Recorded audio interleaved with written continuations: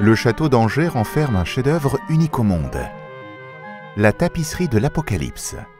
Elle a presque 650 ans. Partons ensemble à la découverte de l'un des plus grands trésors du Moyen Âge.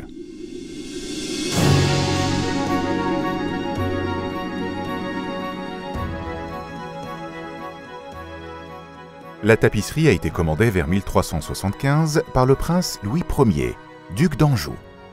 C'était un décor de cérémonie.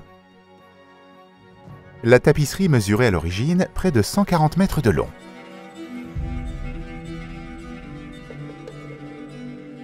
Mais au fil du temps, certains de ces éléments ont été perdus. Aujourd'hui, elle mesure environ 100 mètres. Grâce aux soins apportés à sa fabrication, l'envers est aussi beau que l'endroit. Les artisans ont utilisé des colorants végétaux naturels pour teindre ces fils. Exposés à la lumière du jour pendant le XXe siècle, ces couleurs ont terni sur l'endroit. L'envers a conservé son éclat d'origine. Vert resplendissant, rouge flamboyant, bleu profond et jaune éclatant. La tapisserie a été restaurée pour être présentée au public. Au XIXe siècle, des pans entiers ont été retissés. Certaines parties ont même été repeintes. La préservation de ce trésor fragile fait l'objet d'une grande attention. Avec plus de 200 personnages, la tapisserie de l'Apocalypse est comme une représentation théâtrale. On y voit aussi des monstres, des animaux, des plantes et des objets dans une incroyable profusion de détails.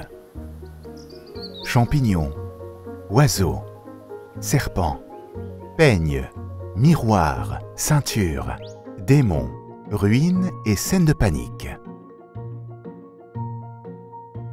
La tapisserie révèle une maîtrise technique extraordinaire. Avez-vous remarqué cet effet de transparence? Le tissage de laine donne l'impression que le personnage est sous l'eau. Et cet effet de relief. Chaque plume de l'aigle, chaque boucle de la toison de l'agneau ont été tissées individuellement.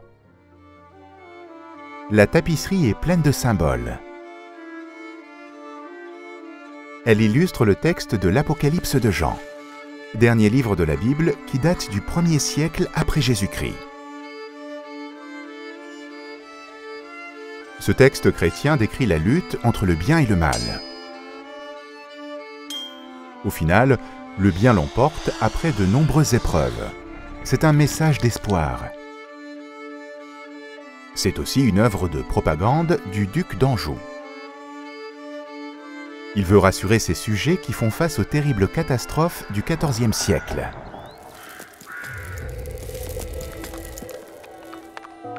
La famine, la grande peste, les troubles sociaux et la guerre de 100 ans. Sur la tapisserie, les ennemis anglais et les proches du duc sont représentés. S'agit-il ici du prince noir, fils du roi d'Angleterre? Est-ce là la famille royale française, dont Louis Ier est membre? Avec cette tapisserie, le duc d'Anjou montre sa puissance. Après les épreuves, il promet l'avènement d'un monde meilleur.